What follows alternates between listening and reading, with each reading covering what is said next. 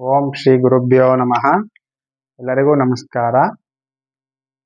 ಪರಾಭಾವ ನಾಮ ಸಂವತ್ಸರದ ಯುಗಾದಿ ಹೊಸ ವರ್ಷದ ಆರ್ಥಿಕ ಶುಭಾಶಯಗಳು. ಈ ಒಂದು ವಿಡಿಯೋನಲ್ಲಿ ನಿಮಗೆ ಸಿಂಹ ರಾಶಿಯ ವರ್ಷ ಭವಿಷ್ಯವನ್ನು ತಿಳಿಸ್ಕೊಡ್ತಿದ್ದೇನೆ.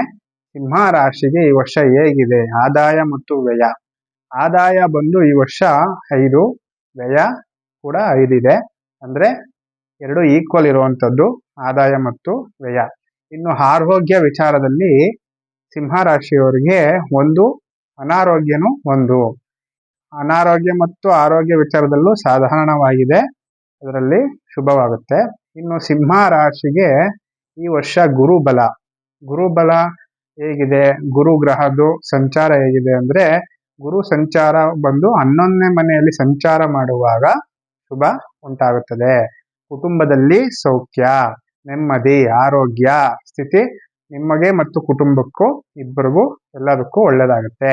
ಇನ್ನು ವ್ಯವಹಾರಗಳಲ್ಲಿ ಉತ್ತಮ ಲಾಭ ಕಾಣುವಿರಿ. ಸಾಮಾಜಿಕ ಸೇವೆಗಳಲ್ಲಿ ಶುಭ ಕಾರ್ಯಗಳು ನಡೆಯುವಂಥದ್ದು, ಕೀರ್ತಿ ಪಡೆಯುವಂಥದ್ದು ನಡೆಯುತ್ತೆ. ಇನ್ನು ಸಿಂಹ ರಾಶಿಗೆ ಶನಿ ಗ್ರಹ ಹೇಗಿದೆ ಅಂದರೆ, ವರ್ಷ ಪೂರ್ತಿ ಅಷ್ಟಮದಲ್ಲಿ ಶನಿ ಸಂಚಾರ ಮಾಡುವಾಗ ಹೃದಯ ಸಂಬಂಧ ಕಾಯಿಲೆಗಳಾಗ್ಬೋದು. ಅದರಿಂದ ತುಂಬ ನೀವು ಹುಷಾರಾಗಿರ್ಬೇಕಾಗತ್ತೆ. ಸ್ವಲ್ಪ ಆಸ್ಪತ್ರೆಗೆ ತೋರಿಸುವಂಥದ್ದು, ಹೋಗಿ ಬಂದು ಮಾಡುವಂಥದ್ದು ಅದೆಲ್ಲ ಹೆಚ್ಚಾಗಿ ಈಗ ಈ ವರ್ಷ ಕಾಣುತ್ತೀರಿ. ಸರ್ಕಾರಿ ಕೆಲಸಗಳಲ್ಲಿ ಮತ್ತು ಸರ್ಕಾರದಿಂದ ಆಗಬೇಕಾದ ಕೆಲಸಗಳು ಸ್ವಲ್ಪ ತೊಂದರೆಗಳು, ಅಡಚಣೆಗಳು ಆಗುತ್ತೆ. ಇನ್ನು ಬಂಧು ಮಿತ್ರರಿಂದ ಅವಮಾನಗಳು, ಅಪವಾದಗಳು ಹೆಚ್ಚಾಗುವಂಥದ್ದು, ಹಣದ ಅಡಚಣೆಗಳು, ಕೈಗೆ ಬಂದಂಥದ್ದು ಬಾಯಿಗೆ ಬರದೇ ಇರುವಂಥದ್ದು ಕೆಲಸ ಕಾರ್ಯಗಳಲ್ಲಿ.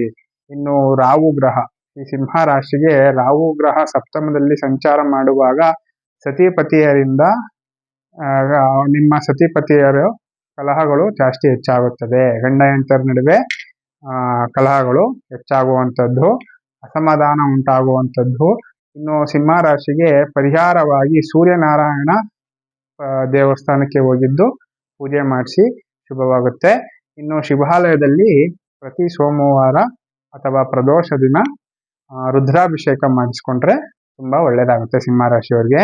ಇನ್ನೂ ಹೆಚ್ಚಿನ ಮಾಹಿತಿಗಾಗಿ ಕಾಂಟ್ಯಾಕ್ಟ್ ಮಾಡಿ ಮತ್ತು ಜಾತಕ ಪರಿಶೀಲನೆ ಮಾಡಿಸ್ಕೊಳ್ಳಿ. ಶುಭವಾಗಲಿ.